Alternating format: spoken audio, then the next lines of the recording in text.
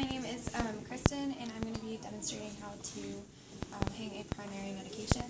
So first I'm going to look at the doctor's orders and see that he ordered 500 milligrams of vancomycin over an hour. So I'm going to look at my vial, and I have 200 milligrams per milliliter.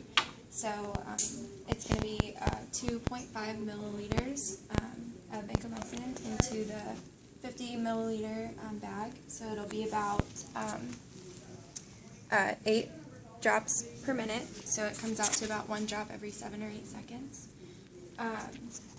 Since this is an antibiotic, common side effects are headache, dizziness, nausea, vomiting, super infection.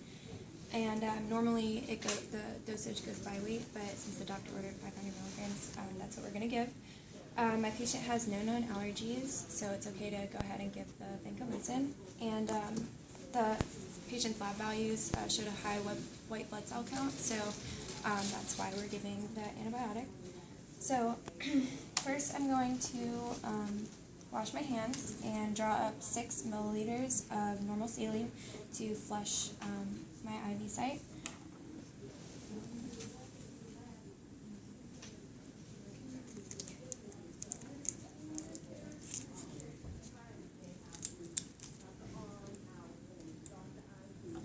First I'm going to cleanse.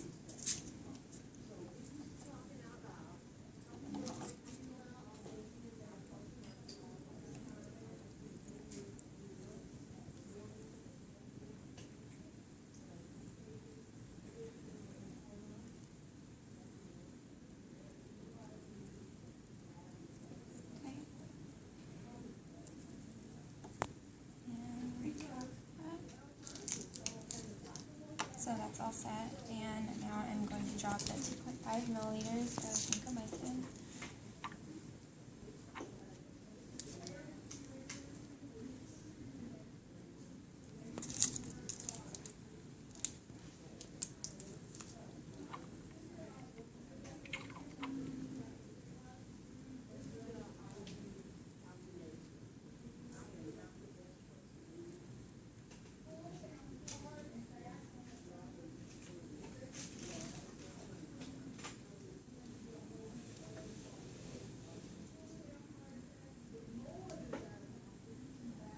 So 2.5 milliliters of the vancomycin. Then I would cleanse the port here and inject it into the bag.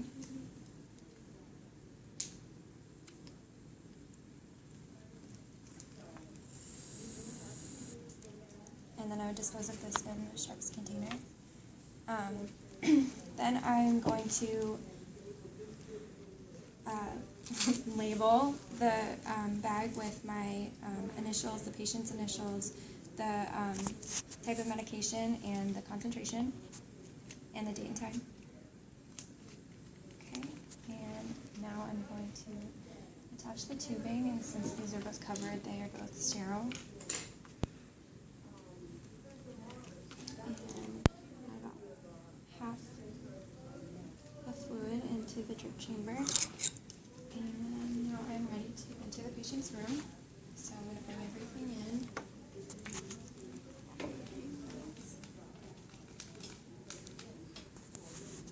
And I'm going to prime my tubing.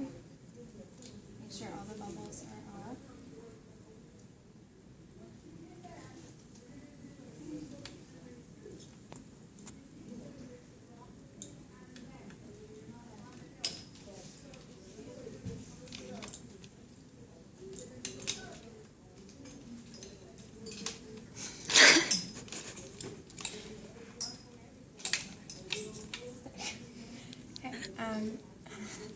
Now I'm going to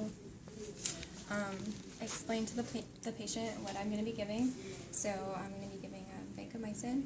I'm going to cleanse the port and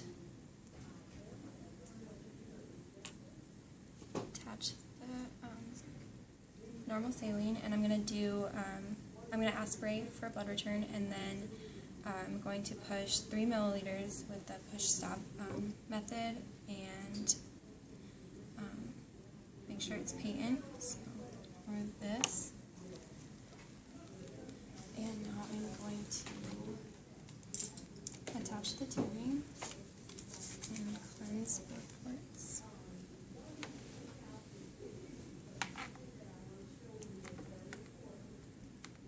Okay.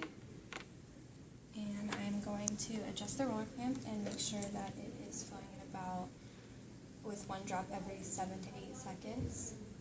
So I would watch that, and then I would make sure that the line remains patent and that the patient doesn't occlude the line, and let this run its course. And then I would come back in when it was finished and clamp the roller clamp and remove the line. And I would put a cap on here so I could use it again a second time. Now I'm going to cleanse the site and attach this, and with the remaining 3 milliliters, flush the tubing and make sure that it's still patent. And if it was a PICC line, I would use heparin, and then using positive pressure, clamp this.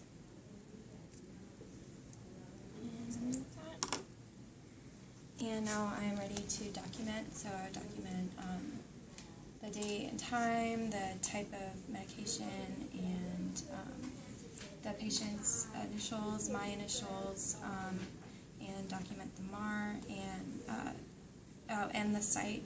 So it was the right AC and how the patient tolerated. And